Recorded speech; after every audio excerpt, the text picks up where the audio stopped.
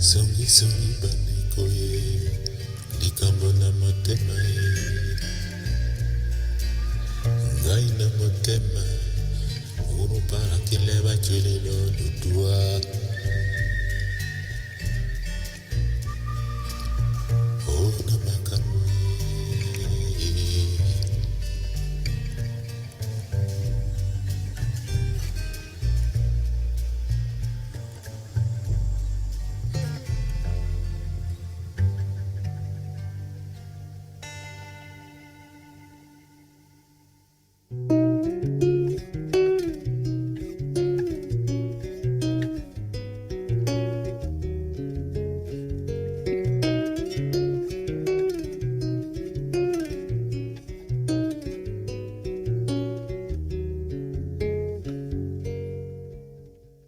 Monongeletten, Timwaten, Nasimakot Iyoten, Onina Wanika, Mon Pulimwa Mutande Noten, Wukunabe, Bebena Waten, Dutungimba Mulematen, Ebukimba Maboden, Ilena Woe, Mona Wapongo Jitown. Amunja mi inyandolo, weapon ba meseten, mona menwe kata mi dongoten, bukato be no waten. Now men de kata wiaten, na sivinje, na imente no vola buku. Onyolangoye.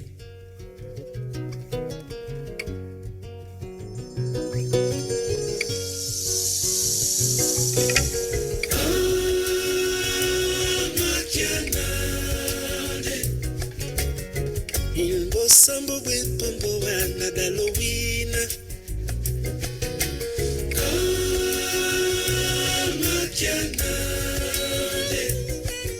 You can never look dead and they can be love a good.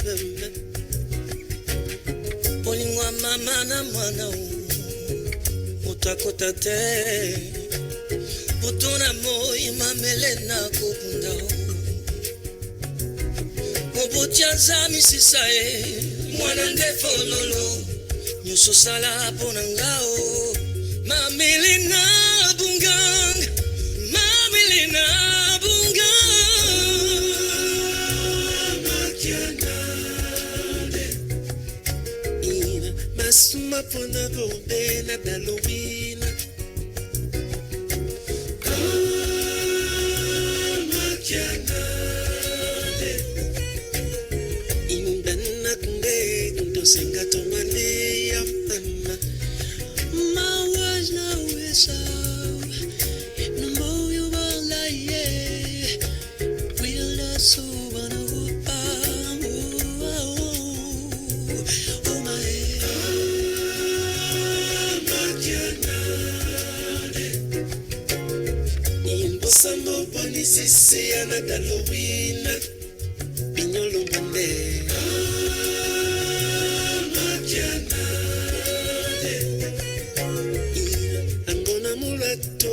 Singa Malia Mukanda wo bakaka Balimba nate na subu Nimele somana tila kutuna dibe munyenge Makianade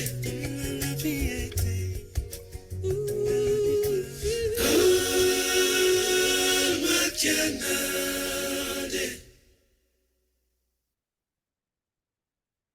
All right, you're all welcome. Get started.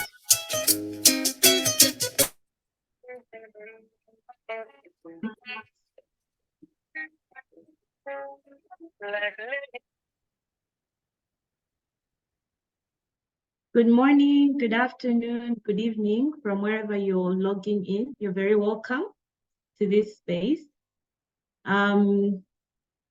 We just want to firstly just thank you for making the time and showing interest in having this conversation. And we consider this space to be our space, a space for us to explore how things can be done differently to reimagine our world and the systems and structures that have become the norm and, the global order, if you like, or the renowned order for doing things. We believe that we can think about these things differently. And so we invite you to share your views, using chat or when we get to the question and answer space. We have an incredible panel for you. But before we get to that, we thought we can start off with thinking about why are we even doing this? So this space has been collectively organized by Akina Mama or Africa, Fair Share, and We Are Feminist Leaders. And we're collaborating to create a learning space. We started off with the first series, which was held earlier in September, where we're looking at hierarchy versus feminism. Can we have how do you do feminist leadership in an organization structure? Should we have organization structure? How do you marry the two? Are they workable? Thinking about hierarchies and how we can reimagine that in the space of organizing and organizations.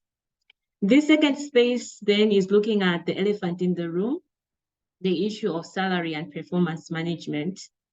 And the third session will be looking at collective care and personal care. And all these three series were inspired by feedback that we got from a survey. We ran a survey earlier this year to find out what feminist leaders and feminists and people that are interested in feminist leadership, what they were grappling with, what they wanted to have a conversation around. We got an incredible amount of feedback, and a lot of it was around feminist leadership and organization hierarchies. How do I do that differently? Performance management and salaries. What is a feminist approach to that? And then thinking about collective care, well-being, individual and organizational well-being. And so today we do have an incredible panel, as I mentioned, and I'll not introduce them now, but rather I would want us to just take some time to input towards a Mentimeter that we have for you, where we just want to think about, what is wrong with our performance management approaches currently? Are they working for us? Are they not working? And if we were to have feminist approaches to performance management and compensation package or remuneration, what would that look like? So let me invite my colleague to, share the Mentimeter link. Has it been shared yet? So that we can input towards it. The point on captions is well noted. My colleagues will make sure that we have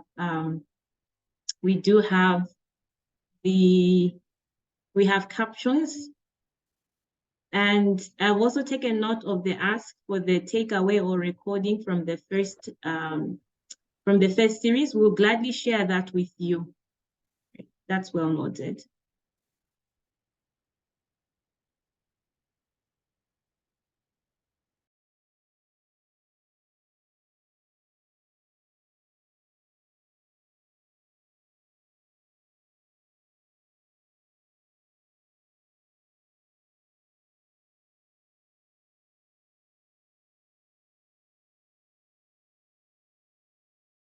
Right, while we're waiting for the Mentimeter, feel free to continue introducing yourselves if you're just logging in. The Mentimeter is in the chat now. Thank you.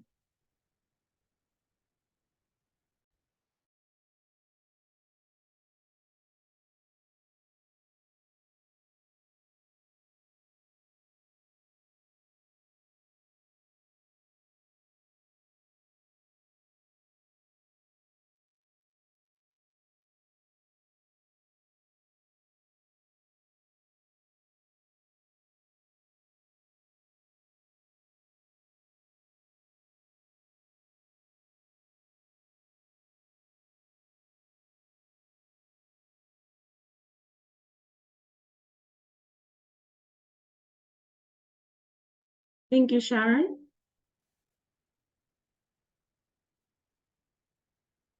All right, there's about 87 participants on the call, so we should have many more results than that. It would be good to hear what you think. Do you think our current approaches to performance management and remuneration work? One person says yes. 30 say no. 17 are not sure. Keep it coming.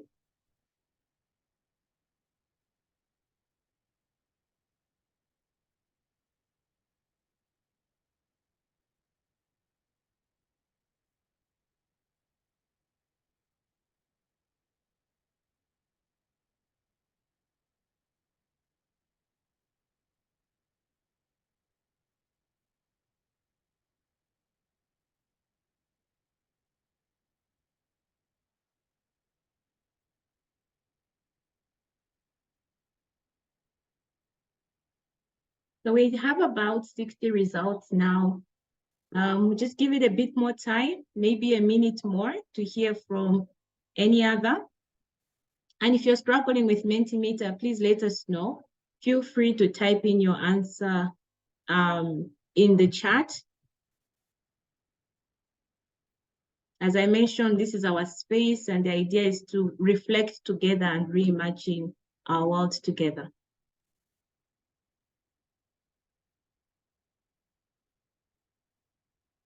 All right, I think we can move to the second question. So essentially, we have a majority believe that the current approaches do not work, while the second majority are not sure. And I think that's important because the idea is not to throw away the baby with the water, right? Or the water with the baby, rather. But to think about what about the current approaches make them problematic or challenging when one thinks about feminist when one thinks about inclusivity, when one thinks about fairness, when one thinks about issues of power dynamics and unequal power relations, and then say, what can we draw from the current models, for example, that can be applied, applied and workable, and what about them makes them problematic, and we want to really do away with that. Okay. So we'll have a second question. Sharon, are we ready for the second?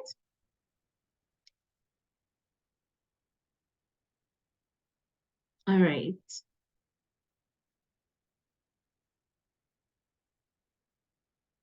Okay. I think we can always come back to our Mentimeter later on. The idea, again, as I said, it's, have it's a conversation space, so we will be able to come back to you and hear from you. So turning to our panelists now, it's my honor and my pleasure to introduce all of them. These are incredible women and feminists, some of whom I have been following for a number of years, and others whom we have learned about along the way. And I think they have something to offer in terms of rethinking performance management and salaries, or nuancing our thinking around performance management and salaries, remuneration, compensation package. I think it's important to think about beyond salaries, to think about compensation package in its totality and what that can look like and what that should look like if we are thinking about practicing feminist leadership. So in no particular order, we have Enich Bembere. She is a feminist personal development and coach. She has a high number of years of experience in the social justice space and women's rights space. And I like something she said when we met to prepare for this space. She said, we are the feminists that work from the background. I think often we forget colleagues that work in support services. So think about human resource management, finance, even events management. There's a lot of work that goes into ensuring that feminist organizing happens. And a lot of times we think about frontline leaders, if you like, or the frontline persons, the activists, the advocates that are speaking in spaces, or issuing statements, and forget these other feminists that work from the background, quote unquote. So I like that she pointed that out. She runs a career development and wellness program. You can find her posts on Twitter, on LinkedIn, and she does have her own outfit as well, where she's providing personal coaching, and she does this from a self-leadership perspective. Our second panelist is Jackie Asimwe. She's a feminist to reckon with. She's a qualified lawyer by profession and a human rights activist. She thrives on empowering leaders and is fully committed to going above and beyond to ignite the drive in the upcoming generation. Essentially, she's very much invested in building leadership and building leaders. And her experience spans over the civil society, government, donor agencies. I think it'll be interesting to hear from her then, from her experience on performance management and remuneration from this wide array of experiences. She's a founder and chief executive officer of CivSource Africa. It's located in Uganda. And so there she has introduced an innovative form of rotational leadership where she confidently oversees and steers the process of allowing others to step into her shoes as the CEO of CivSource Africa. So they have a rotational CEO arrangement where any other person, I think she'll share more, can place the role of the CEO of the organization. I think there is something to be interrogated about. How do you do performance management in that kind of arrangement? And what does the compensation look like? Do you assume the compensation package of the CEO or not? And finally, but not least, we have Maxensia on the call as well. Maxensia is an incredible woman that has surmounted and overcome so many challenges. She is a person living with a disability. She is also living positively with HIV. And it was from her personal experiences and the effects of HIV that led her to start Luguja Community Health Caring Organization, where she provides community support and primary health care services to vulnerable women and girls. But besides that, she's a political leader, she's a feminist leader, she's many things. It's quite an honor to have her here so that we can also hear from her about performance management, about how, from a personal experience, what that means for her, but then also what she has seen in the different spaces that she engages and has engaged. I think something about the political space, thinking about what awards look like or remuneration looks like in that kind of space where it's hostile, it's kind of informal, but it's formal as well. Who gets recognized in that space? And what can be done differently as well. All right, so without any further ado then, I would like to invite Annie to just give us her views about feminist approaches to performance management. Is a feminist approach to performance management possible? And what might that look like? And could you share any examples of where you've seen this being done differently? Thank you so much, Chimwemwe and everybody. Are you able to hear me loud and clear? All right, perfect. Okay, so I like the title, The Elephant in the Room, Salary and Performance. And the title for me is very, very informative, right? Because why do we actually need a feminist approach to performance management, a feminist approach to salary, a feminist approach to benefits, a feminist approach to anything? I think that should be the starting point. If we can answer the question why, we will be able to get to the answers of what we need to do differently. So for me, when I was thinking about this question, I thought about my own career, which has spanned over 2 decades and has had very interesting moments of the elephant in the room. So I'll just give one short story as I try to talk about the why question, why it's so important to actually have a feminist approach to salary and performance management. It so happened 10 years ago, the time came where I finally had to be productive in terms of reproduction. I had my first child, and I was fortunate enough to be in an organization that gave a significant amount of maternity leave. It was 6 months. The interesting thing about that was in those 6 months, whilst I was happy to be with my child, it also meant I was in a mainstream organization where I was not able to represent myself as well as represent the team I was leading during that period. I was heading a unit at that time, so I had the opportunity to influence, I had the opportunity to advocate for myself.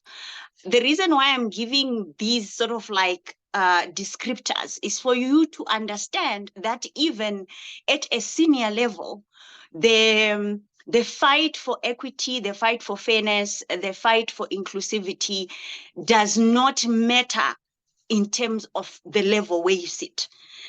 Of course, it becomes much more difficult for those who are much more junior in any organization. So off I went to maternity leave for my 6 months. And in those 6 months, a couple of things happened. One is one of my male colleagues who was also heading his own unit decided his unit was not good enough just by itself. He didn't want one. He's like, you know what? Went to our boss and said, I think if we combine my unit and Annie's unit into one, we actually may perform better, and we'll find a role for her. Maybe she can move from being a head to a technical advisor, and I can head the whole unit. Fortunately, I had someone sitting in an acting position who broke protocol during my maternity and told me what was happening, and then I talked to those who have power within the organization to say there's a whole transition that's happening without my knowledge. When I came back from maternity leave, the system had moved things around. We had to apply for new positions. And what then happened was very, very interesting. The position I got had been advertised as a head role. However, in the grading system, it was not compensated as a head role. It was compensated as a senior technical advisor or something like that. So the reason why I'm sharing this, I'll come back to all the dimensions of the story, is when I then used my voice and said, but I am being compensated. I'm also a head like everyone else. However, my grading is not right. Ducking and diving, yes, we'll get back to you, HR.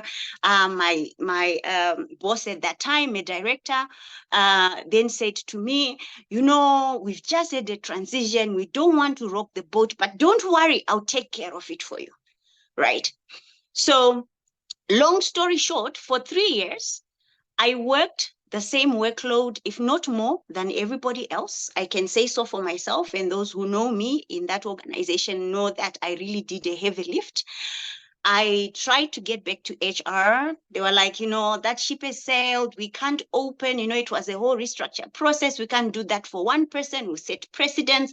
So why don't you just wait a little bit? We're going to do another change in about a year or two, we will then compensate you. My boss did not want to hear about it. It's like, we don't rock the boat, and I listened. I did not advocate for myself. I did not make noise. I did not whistleblow. I did not say. So the reason why I'm sharing this story is a couple of reasons. The reason why we need a feminist approach to salary and performance management, let me start with salary before I go to performance, is because we need to recognize the reasons why, particularly women and other people of other discriminations or of other disadvantages, need to be supported to have a voice, right? So part of when I reflect back, I was asking myself, why didn't I make more noise? So socialized to listen to authority, socialized to follow protocol, socialized to wait my turn.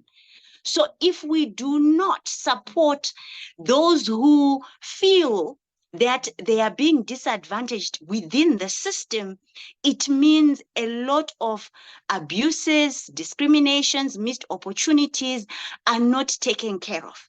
So when we talk about a feminist approach to, in this case, salary and benefits and compensation, the system should already include fairness, inclusivity, space for redress when there are any challenges. And you do not have to depend either on a head of HR or on a particular line manager. So that is one point, that the reason why it's absolutely necessary for us to be thinking about doing salary and performance management differently is because sometimes we are there in the organization. We know we are being discriminated.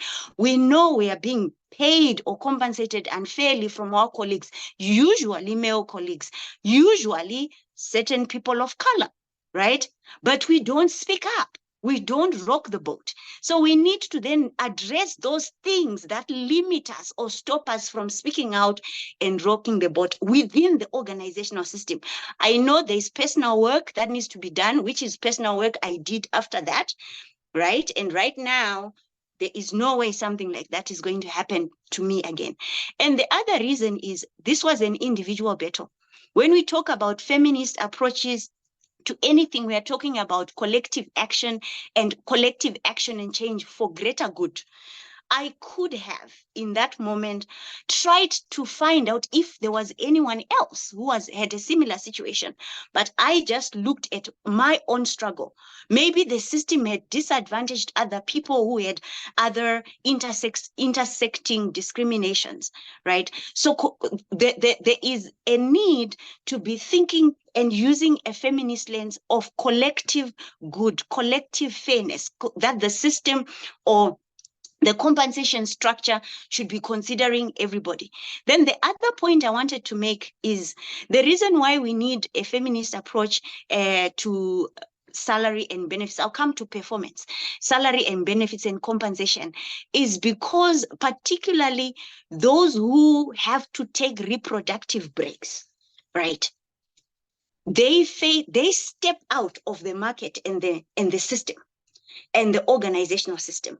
And when they step out, what I have seen happens is we've given you maternity leave, the organization goes ahead and everything is moving ahead. But you are, yes, benefiting from maternity leave, but you are losing out with no one taking care of your interests normally.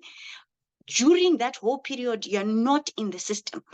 So if someone is not in the system and they cannot be at the table and represent themselves, should they now suffer for not being at the table? So the reason why we talk about feminist, the importance of feminist principles such as, fairness, such as equity, such as inclusion, such as representation of all groups and all people, is because you can't always be at the table.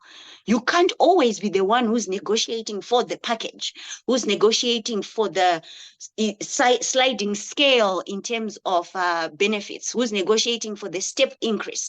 So it means whoever is given that responsibility should be guided by a set of principles that represents everybody. So just as a conversation opener, I think I will start there and come back again with more stories, maybe one now that's looking at performance. But I just thought if we go to the why question, right, of why we're even having this conversation, we'll be able to get more answers. Thank you, Chimwemwe. Thank you so much, Annie, for sharing your personal experience and story. I think that is very important. We cannot thank you enough for allowing yourself to be courageous enough to share that with us. And I cannot imagine what that whole experience, how it affected you. We know you've grown out of it, or you have healed from it, or you're healing from it. But I think a lot of people in this room would share similar stories. And so on that note, before I invite Jackie, I just want to invite us to give ourselves grace. And if anything is discussed in this room that you find triggering, feel free to step out and step back in if you need to, because we realize this can be quite sensitive. So Jackie, building onto what Annie has just shared, would like to hear from you. whether and what are some of the feminist and intersectional ways of determining and managing compensation, whether compensation should be linked to an individual's performance, financial need, position, and other identity markers that gender markers that Amy has just spoken to as well. And please feel free to share examples from civil source and other spaces that you're engaged in or have been engaged in. Okay, thank you. Can you all hear me? Yes, we can. Probably before you get into it, is this where we share the slide? Yes, please. Thank you. Thank you so much. All right. So I think you get started and the slide will come up as you speak. So good afternoon, good morning, good evening from wherever you're calling from. The thought that struck me even as Annie was speaking was, and an invitation I make to all of us as we leave this call, I think each of us has a story about salary. And I think it would be interesting when we get off this call to actually go back and write that story. What is your memory of the first salary you received?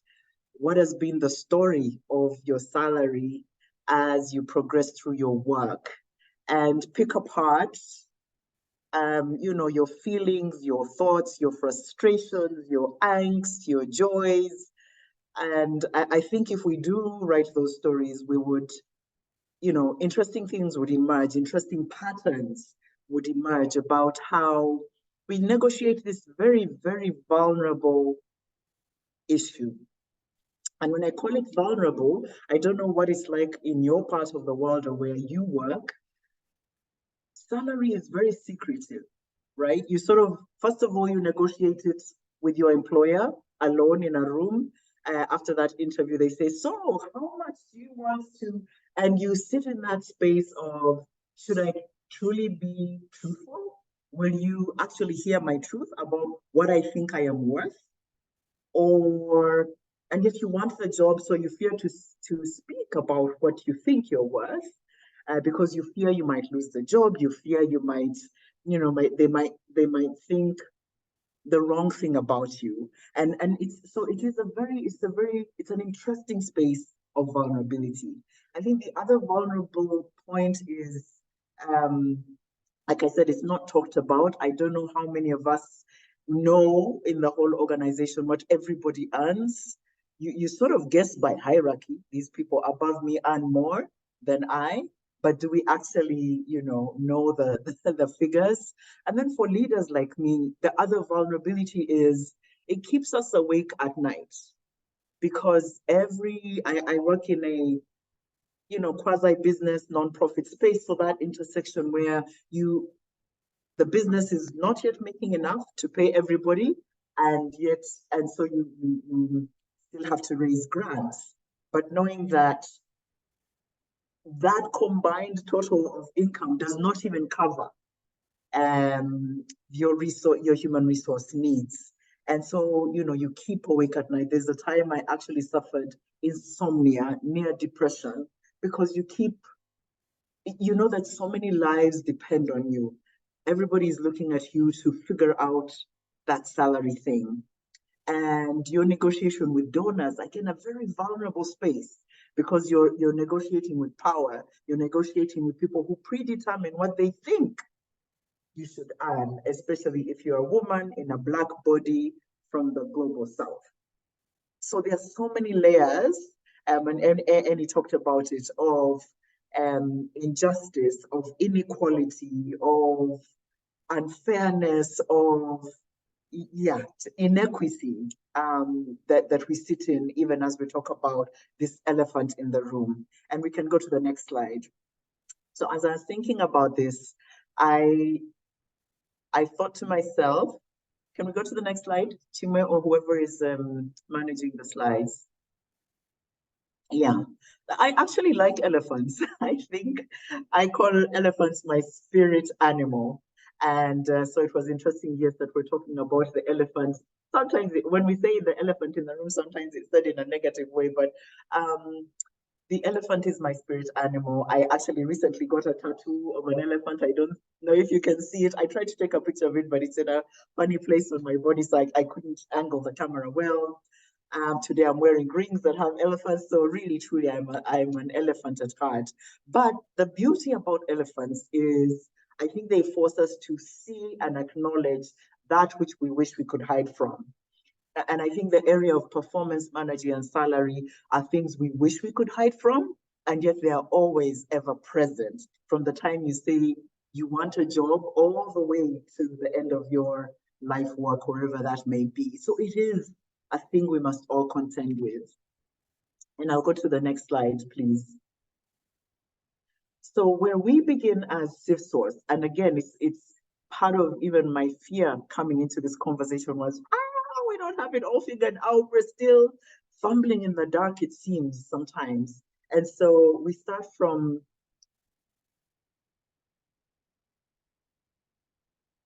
oh, sorry, you know, the comments pop up, so I was distracted a bit. So at SIFSource, we start from a point of seeing, because I think that's what salary should, that's what salary is about. It is the point at which you are seen in the workspace. When we had just started SIFSource, maybe 2 years into our journey, we studied a book together called Strategies for Building an Organization with a Soul. And it was co-written by Hope Chigudu, who I believe was a guest at the last space, and her niece, Rudo Chigudu. And they start at the point of seeing. I spelled that wrong. I need to change it because it's a South African greeting, Sabona, meaning I see you. I see you in the totality of who you are, not just your physical self, but your spirit self, your rooting, because when I come to the space as a person working, I come with all of who I am. Therefore, do you see me? Do we acknowledge that the people, that we work with people? We're not working with products, with inputs, we're working with people. And so what is the way in which we see, or how is salary an expression of seeing people? To the extent that we can, of course, but how is salary a space, a place of seeing? How do we remove and take away the lens through which we see people when we think about salary and compensation? Just asking questions, just as I ask myself. And I feel like, you know, I'm going to be raising more questions than answers, truly. And we can go to the next slide. So as we at SIFSource were contemplating our wellness and what that looks and feels like, we developed a wellness charter. And one of our first sentences in describing our wellness is, we see each other, we are present to each other. And we express that in different ways. But the first point, I think, the first point of entry, do you see this person as a person, or do you see them as an end, a means to an end for your organization, for your work cycle, for your work project? Do we see each other, or what are feminist ways of seeing the people that we work with? The next slide. I think the other challenge with salary, or the other question that is very evident in salary, is value. Because in a sense, salary is placing a value judgment. This is what I think you are worth. And who determines that value? And what is the center point of that value? Because I know my value, or I think I do, and maybe not always actually. My employer thinks they know my value, and so predetermines a person at this level will earn X. And sometimes, like I said, those of us who work in a space where we don't always have the opportunity even to predetermine our value, where it's valued from, you know, geographies that are far removed from our reality, your value is predetermined by your skin, by many things, right? So it is a question, what do you bring to our collective table? In SIFSource, the way we've tried to manage this is to see each other beyond our job titles.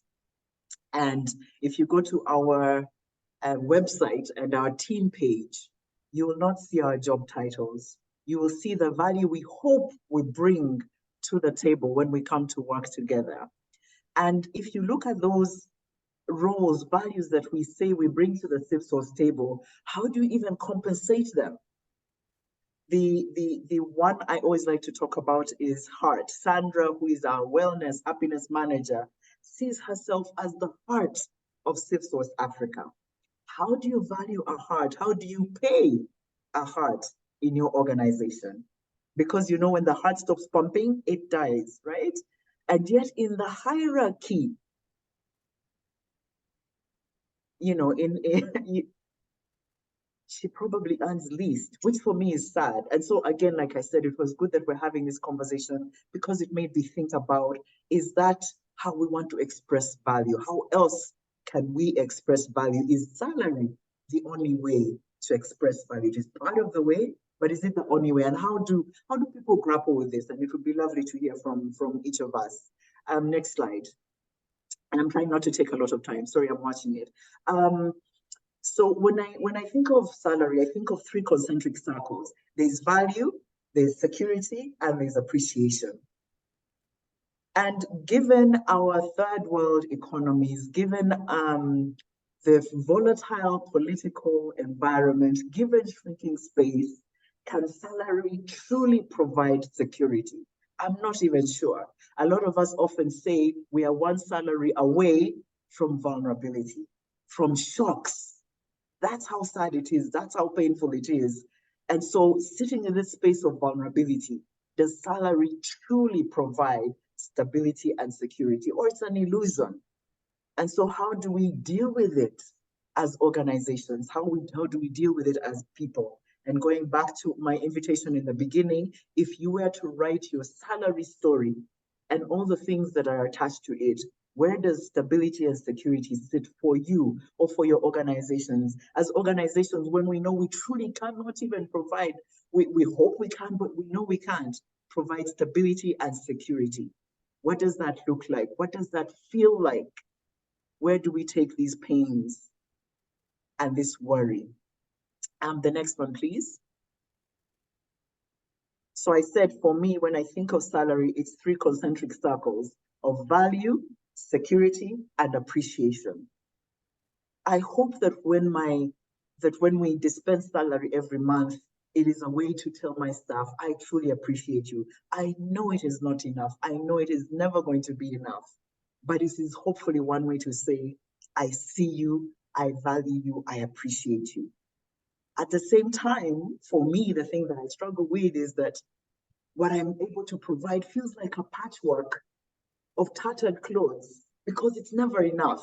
Because I get a little from this project, from that project, from that project. And when you try and pull it all together, sometimes it doesn't even come together. Is this how we want to appreciate? And for me, it's a place of pain. It is really a place of pain. What does one do?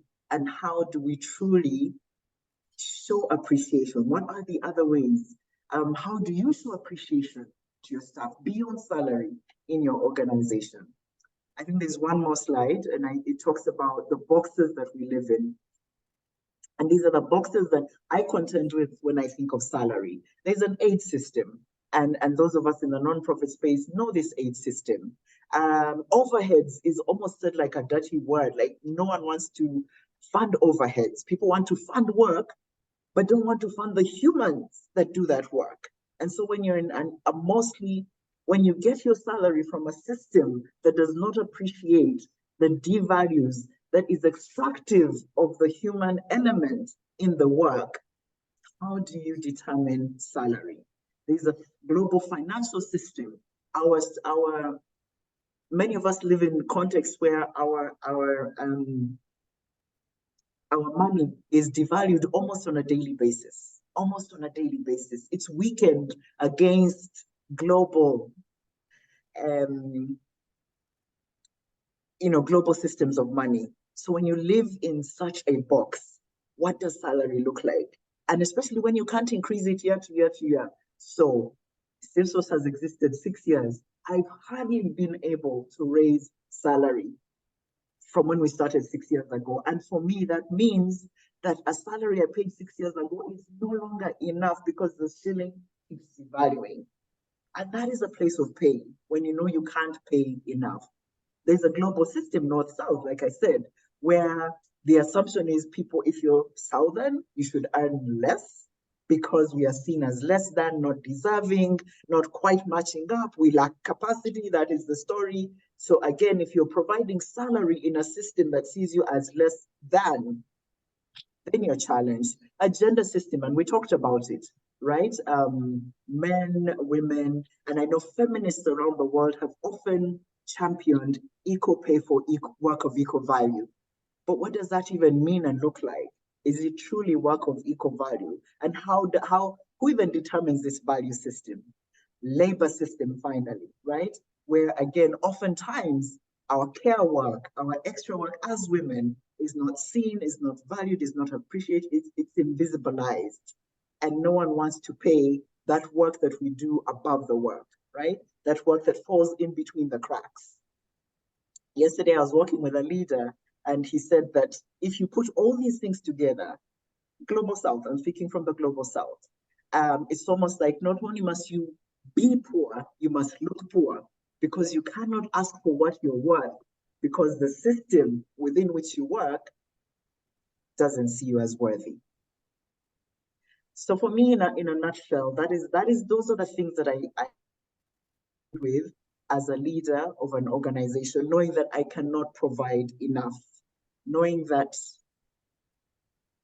I'm looking for, what can we do? What can I do?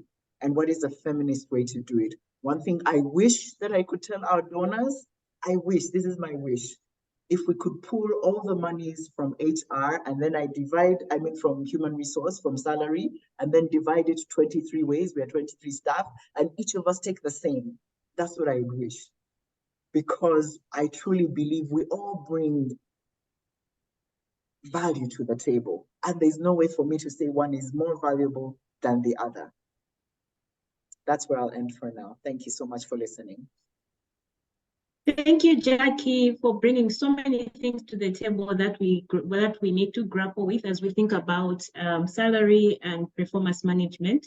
I would like to ask you to give us in 2 minutes how you manage the rotational CEO, because I think that's important. So if you could do that in a minute, and in the second minute, tell us how then you do the performance management aspect of it, or how it's linked to your compensation package. I think there's a lot of interest in the room to learn from there.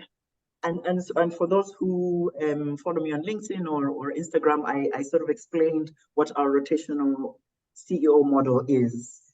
So I founded CIFSOS 6 years ago, but always knowing that one day I will leave, and wanting to prepare both myself and my organization for that moment when I will leave.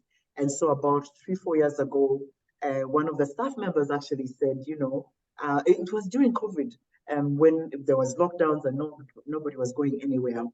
And one of these staff members said, when Jackie used to travel, we used to experience other leaders, but now she's, and I think it was, it was said in good faith. And so I sat back and thought, you know what? Yeah, we can have another leader even when I'm around. It doesn't always only have to be when I'm away and you put an acting CEO. And so we thought of and initiated rotational leadership. By that, we mean whether I'm in the country at office or not, one of the staff members acts as CEO for 4 months. I don't have time to explain all of it. So that's why I'm saying, please go to the article I wrote recently on LinkedIn. And during that time, they are given full powers, except the bank mandate, because that we can't keep changing, but full powers to decide to lead the team, for them to experience and grow their own leadership, and for the team to experience another person leading. So that's what we're doing to strengthen our muscle to be ready to change when the time comes for me to go. For now, we've started with 4 months. As we go on, we will lengthen it. As we go on, we keep tweaking it. Next year, I'm thinking, because the first 2 leaders, I'm the one who, sat down for it, spoke with them, Next year, I'm thinking maybe the team should choose from amongst themselves. Why does it have to be me to choose who the rotational leader will be? So we will keep tweaking it. We'll keep tweaking it. And for now, we compensate them for that extra load that they have. It's not the same, but I think I'm thinking about, doing that the next time. I'm thinking, why not? They should have the power, the pleasure, the perks, the pains. But yes, it's to experience truly leadership in all its length and breadth. And I don't remember the second question you asked me. No, that covers it really. So at the time that they are leading, they assess my performance. Because even in rotation leadership, I want to model that I can follow. I don't always have to be in the lead. I can follow. And so they assess my performance. But traditionally, and this is something that I learned from a boss a few years ago, where he submitted himself to performance measurement by the whole staff. And so I took that practice with me when I lead. I pick and choose from the different sections in the organization for them to give me feedback about how I'm leading. So that I practice also hearing from as many people in the institution as possible. All right. Thank you so much, Jackie. I think you've just shared so much that we could unpack for quite a while. If there are any takeaways that I would want us to be thinking about is when we think about feminism or feminist leadership, we're thinking about shared co-leadership or shared power, shared leadership. And I think what Jackie has shared is a very good example of that. When we think about human resource management and some of the best practices that are discussed there's aspects of job rotation, of how you can compensate people differently besides, the actual salary. And I think offering someone an opportunity to have leadership experience, especially at the peak of the organization, is one way of thinking about that. And I believe this can also be practiced at department level for those that are working, for example, in bigger structures.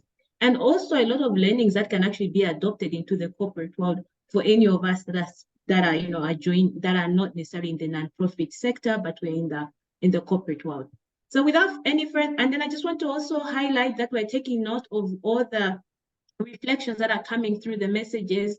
And Caroline, thank you for sharing your experiences. I think that some of those are conversations that we might be able to tackle here, but I'll encourage you to network in this room and see whether you can have further conversations with some of the people in this room. I think they would have great insight to offer to you as well. So Maxensia, this is your time now. I'd like to hear from you about intersectionality. What is an intersectional approach to performance management and compensation? What would that ideally look like? And I'd like to invite you to not necessarily just speak about the experiences you've had, but rather your aspirations. What do you hope are the things that we start doing in terms of performance management and compensation? And then we're talking about disability justice approach. What does that look like? Where is everyone failing? And how can it support us to challenge notions of efficiency, of productivity, and the question of value, which both Annie and Jackie have pointed to? Maxensia. Thank you so much, Chimomo. This is an interesting session, and I'm happy to be the last because I'm picking on so many issues that have been raised by the previous speakers. When I got this, I read it several times for some time, and today as an employer, I could just see what happened in the spaces that I've been to, including my own organizations. And I was like putting it on a weighing machine to see if really what I'm going to talk about today really applied in my own organization. Now, reflecting more about this topic, the intersectionality between an employer and employee. I just imagined this woman on a wheelchair rolling into this office looking for a job. I imagine this trans woman entering this room for an interview with that big voice. I just imagine this gray-haired man who had applied for this job where people would expect young people to come for it, and here comes a gray-haired woman who comes for this interview. And believe me, the performance of that person who entered that room has already been determined. And people will say, now, this gray-haired woman, really? Now, this person looks at this trans woman or whatever and then says, will she do it? Is she a he or her? You know, they're already weighing you, even the performance before you do the work. And when you get into this wheelchair, into this space, and everybody's like, how will she manage anyway? Now, when we talk about the feminist theory, where we talk about the inequalities, inequities in terms of work, because any work that is done by anybody can be done by anybody, because without gender, race, or anything, as long as this person has the expertise, has the qualification, and is able to do it. And it is about the production. So that biasness that this employer has at the time you enter this room already determines whether this employer will be comfortable, or later on you will prove him or her or disprove him or her at the end of the day when the work is done. So these are things that came into my mind, into the social networks, into the economic spaces, into the political spaces. Where is the equal pay? I also remembered that time when I had tested positive and I had lost my husband, and now I'm applying for this job in the 2000, when there was a lot of institutional stigma. It wasn't about the CV you are presenting. It wasn't about the experience you are bringing. But now, the moment they know about your status, everybody will say, oh, will she do this work? Now, bringing my own perspective, when I stood for political offices in 2011, when I'm participating as a member of parliament, they could not even think about anything about me, the dignity affirmation, the unconditional, whatever situations. They could just say, but she's HIV positive. People would come and listen to my rallies, and they listen, and the message is powerful, and they would say, she has a message. But they told us, before we count the votes, she'll be dead. Unconditional positive regard. You know, like, people just look at the disability in you. People just look at the kind of person that is presenting in front of them and they decide. Until we interrogate those issues that Jackie and Elena have talked about, we cannot know the performance of this person. Now, drawing it back to our offices, I know majority of us on this call are employers or employees. Now, how do we ascertain? How do we put these approaches? How do we put these structures? When we are doing our organograms, how do we put this organogram? Is there a person with a different ability on this structure of this organization, or we say, should disturb us when we have those late meetings? So how do we look at it? Like when we wanted to employ someone as an accountant, and there comes a woman in a wheelchair and she presents these papers, and we're like, but now she'll take a lot of time when we need her as soon as possible, she'll not make it. This is an attitude all of us might be having in our respective organizations, but we just look by look of the face, by looking at someone and say, she may not do it, but not interrogating the kind of power this person has and the environment within we are working. How are those systems when we decide to remunerate our staff, when we try to remunerate or compensate our staff? How do we do it? Is it transparent? Or we go behind the table and say, Cynthia, I don't think she deserves this. I think she works less hours because of her disability. But what is the roles and responsibilities that you assigned to this person as long as she can perform? So how are those systems within our respective organizations where we belong? And now, what is the feedback? What is the feedback? When someone is performing and you think this person is not performing well, how do we tell this person, I knew by employing you, I knew you could not perform. Even when someone is performing regularly well and you say, you have tried. Or we try to encourage people and say, please pull up your socks, you'll do it. You are soon making it, even when someone is not performing to that level. But even the biases, sometimes we are biased as employers and we may not want to promote this person and say, if I give her this kind of a remark, she'll just be proud of who she is. And we sometimes don't want to promote, especially us as women, to promote fellow women. So what feedback are we promoting? What are we giving back? How do we communicate back to our employers and employees? And what are the mechanisms within organizations? I looked at my organization, which is 18 years now. And we're like, yes, those days when we're not stricken with this donor funding, which is so meager today, we used to do a lot of capacity building for staff. We used to do a lot of empowerment for staff. How often do we empower them? How do we improve the performance? Or we do the appraisals because we want to eliminate some of them, and then we bring these staff appraisals just to eliminate these people from these spaces. So how do we do this? It is about the approaches that we use to determine the compensation.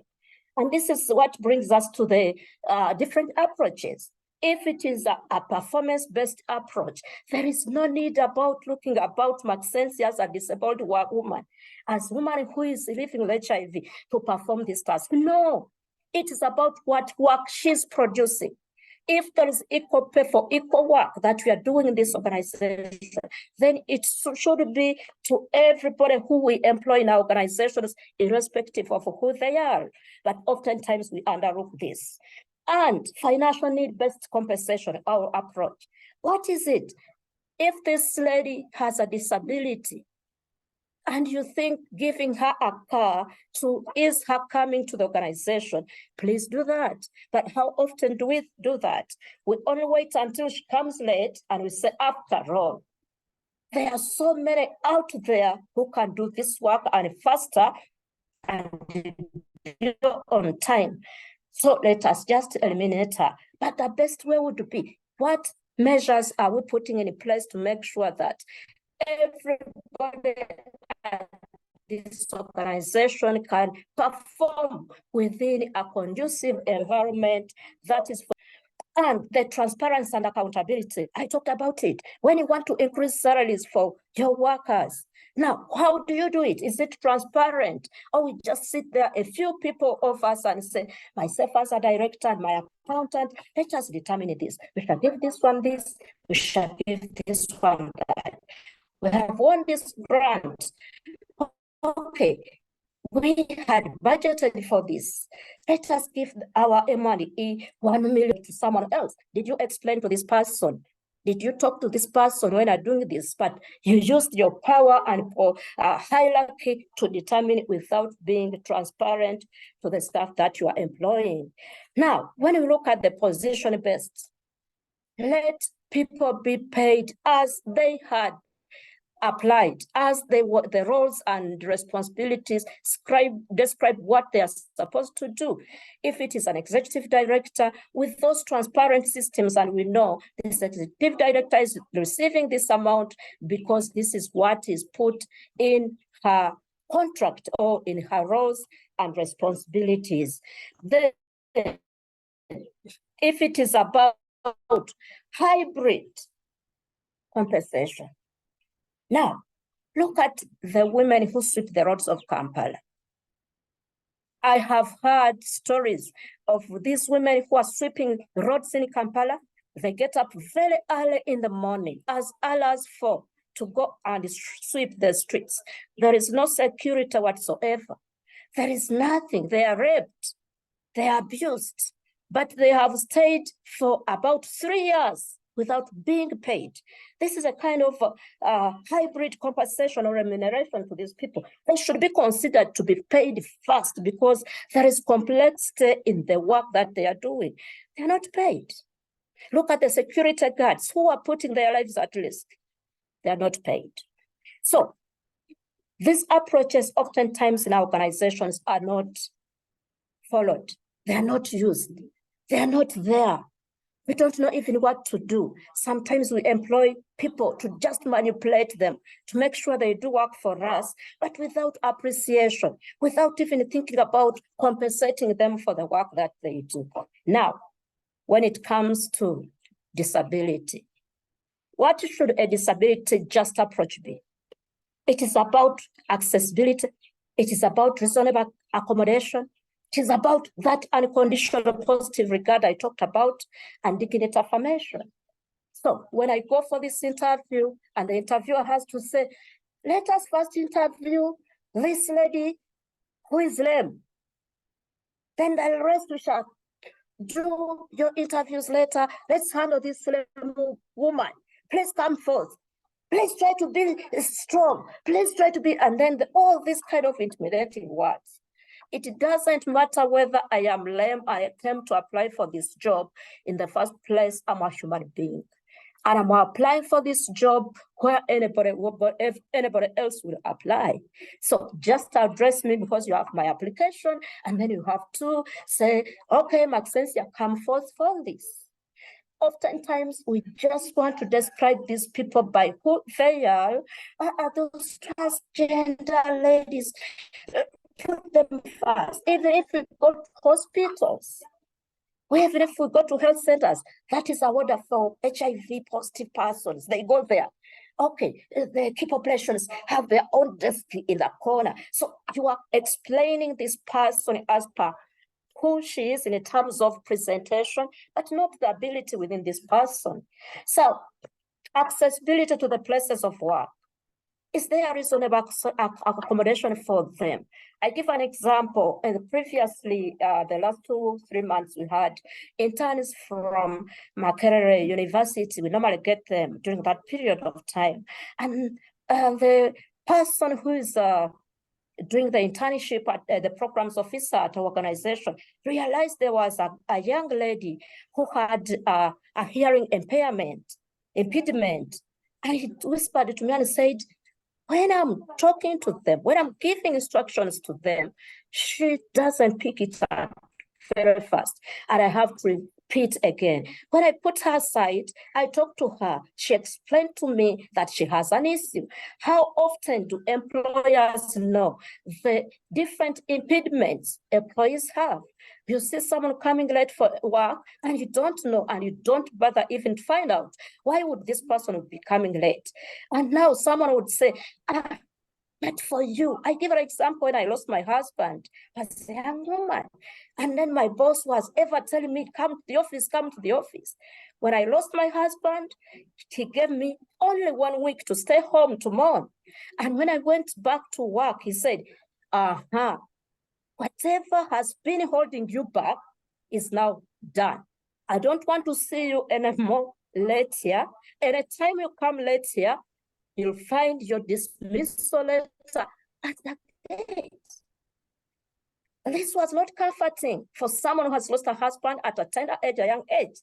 Instead of at least encouraging me to work to take care of my young children, this was the message from my boss. So accessibility, reasonable accommodation, accommodating these people as they are. Today we are fighting a situation in Uganda. TQ women are suffering even to present themselves for work because of who they are, and that puts Uganda at stake, because there is going to be brain drain, because these are women who are learned and have experience and can do the work. So inclusion. How many of us in our organizations have different categories of people working with us and flexibility? So I want to conclude here by giving you an example of James Nicholas, Lis evangelist and motivational speaker. I'm sure everybody would wish to employ him if we got hold of him.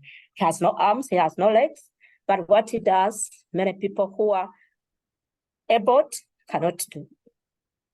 Thank you for now.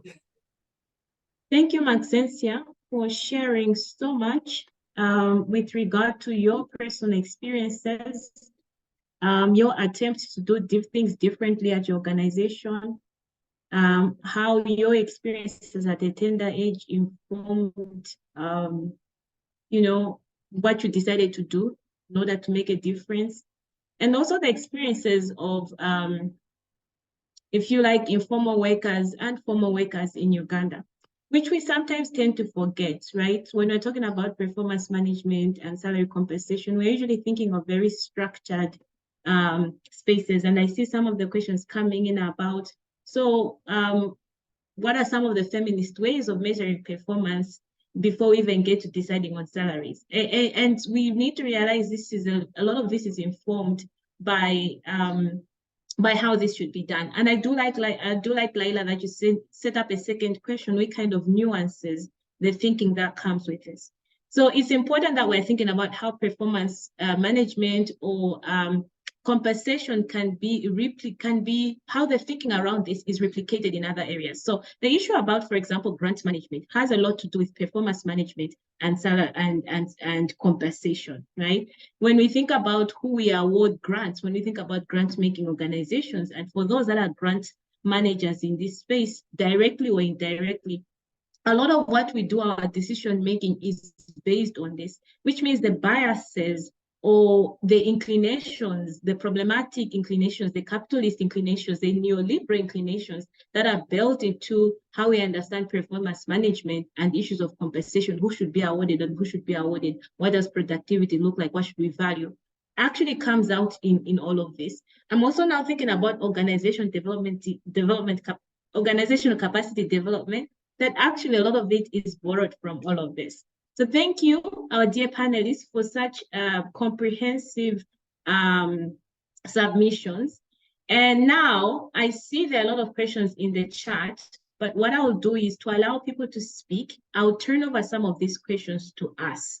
And so please feel free to either write in the chat or to put up your hand to make a contribution.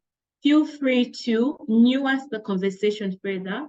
Share your experiences where you're doing feminist, where you're attempting to do things differently, and or answer these three questions. One of these three questions, which I'll post in the chat as well. What are some of the feminist ways of measuring performance before we even get to deciding on salaries and appraisals? And I've borrowed this question from Soumya. I hope I'm pronouncing your name correctly. And then another question is, what are some of the feminist ways of measuring performance? Sorry, this is a repetition. The second question is, how do we free ourselves from a capitalist and colonial traditional ways of performing and of assessing performance? And then finally, what does the disability justice? No, that's not the question I wanted to ask. And finally, let's see, where is the other question? Let's start with those two, and I'll share the third question in the chat. And so, as I've said, feel free to put up your hand and I'll let you have the floor where you nuance or answer any of these questions or offer ideas about how we can do these things differently. Thank you, Leila. Right, anybody that wants to share their thoughts? I do know we have burning questions, so you can also ask questions, but they're, you know, in as much as you ask questions, we invite part of the audience to respond to questions. So if a question is raised by one participant, another participant can respond to it so that we hear from different persons besides our panelists. Our panelists will make closing remarks, but I thought it would be good to hear from us as well. Wambui, do you have anything you want to share? Caroline? I see a hand raised. Leila? Yes, I see too. Thank you. Leila, you have the floor. Hi, everyone. Thank you so much for this. What a fantastic space to think together. I wanted to quickly share an experience on the question that I've posted about freeing our minds from colonial performance and from capitalist and masculine performance. I moved from the corporate world into feminist organizations, and I brought with me, unfortunately, well, in a capitalist world, it's very clear. You need to work faster, work better, make more money, and that's performance, and that's what gets appreciated. And this comes with deeply masculine culture and deeply, now I wouldn't only call it masculine, anti-feminist and capitalist and deeply colonial culture. Unfortunately, in the feminist spaces, and I feel privileged for working in a radical feminist organization where we consciously want to do better, but we haven't had the span of time and the span of resources to develop tools to do better. So we are learning as we go. And as we try to change our understanding of performance, I would say that our understanding of hierarchy and leadership is central to that. And an example of this is unless we reconsider how we are looking at leadership and what's the role of leadership in terms of culture, it's very unlikely that we shift these tools about performance. How do we still see how are we serving our feminist values and feminist goals without needing and pushing others to be faster, produce more, be more active? This has a disproportionate impact on women of color because we already come from spaces where we need to work 10 times as hard just to get half the appreciation. And if we continue to push this cycle, we are going to end up with even more burned out, exhausted women of color and women in general, who are gonna feed into this cycle. So I'd say first we need to redefine leadership, and I'm really grateful that you're looking at this within the bigger conversation about leadership and feminist values. What is good leadership? Is it expanding organizations, making them bigger or richer, or is it settling in our values where everybody who's involved feels that this is worth of their effort and of their energy and of their time away from their family? And how do we assess that? The second point is, what does a dignified feminist employment experience look like? What are we bringing with us from the capitalist tools, and how can we consciously identify them and stop them? How can we create spaces for everybody to contribute to that? One of the things that have been central, and I'm incredibly proud of in the organization I work in, is that we link hierarchies or the need to dismantle them with applying feminist values. Unless an example is, for example, in terms of pay, unless the lowest paid person gets paid very, very close, comparably to the highest paid person, then we are pushing the values that we claim to want to oppose in the world. So we have one of the lowest tensions in the industry, in the sector, I'd like to believe, while we still see organizations that throw feminist values at us, and the highest paid person gets paid 50 times more than the lowest paid person, although both of them work really hard and both of them spend time away from their families, and all the reasons that some get paid more than the other are structural to a capitalist colonial world. How do we keep this in our mind? And lastly, in terms of performance, one thing that has been incredibly helpful to me individually is to appreciate that performance and the value and the depth and of knowledge and experience needs to be separated from what we look at as the employment ladder. There's people who don't want to manage people. They don't want to grow their team or grow their budgets or grow their titles. How can we show them appreciation and show them that they are developing, and to keep the work interesting and meaningful and with integrity, without these very traditional ways of, you go up in the ladder, you go up in the pay, you go up in the respect or meaningful or so on. So this is really important to introduce to the spaces we're in. Thank you.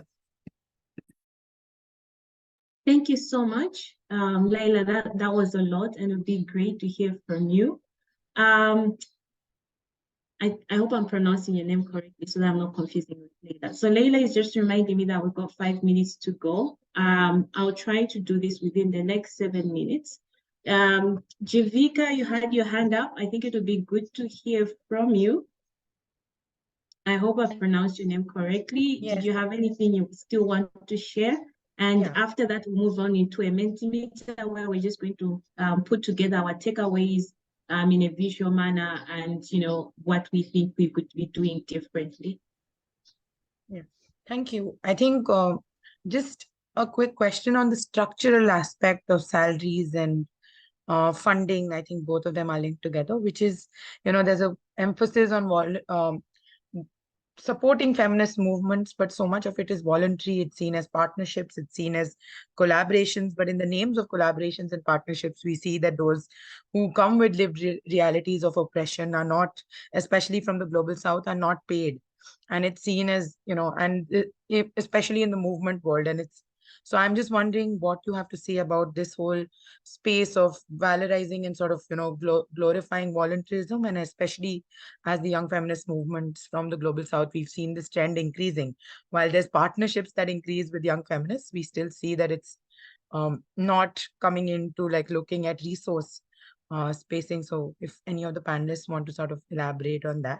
And the second thing is, how do you look at structural oppressions as part of salary structures? And if there are examples of, one is, of course, to say that we acknowledge it ideologically, but in its practice, if there are examples of how you do it, because we've seen organizations led by Dalit feminists and others in India or in South Asia, and these are like lower caste feminist spaces, sort of practicing this much more than those who are much more privileged. So just want to understand it structurally as well.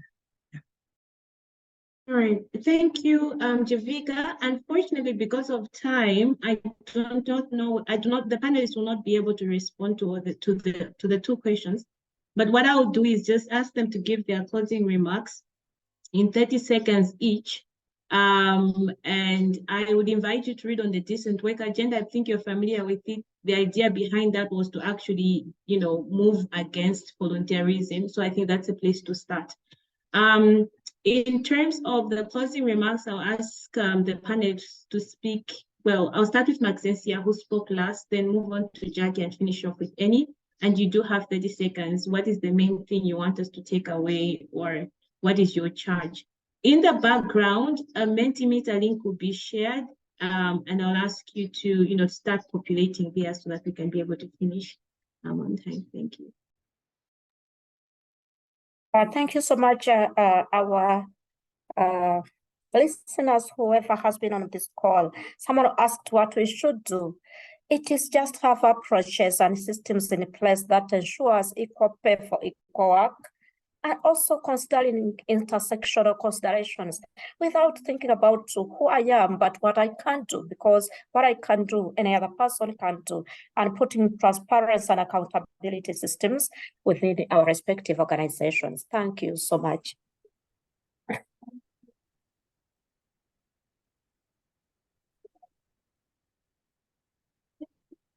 Jackie, please. Okay, I go away with two questions as a gift from this space, and I'll read them very quickly. What is my mental model for compensation and performance?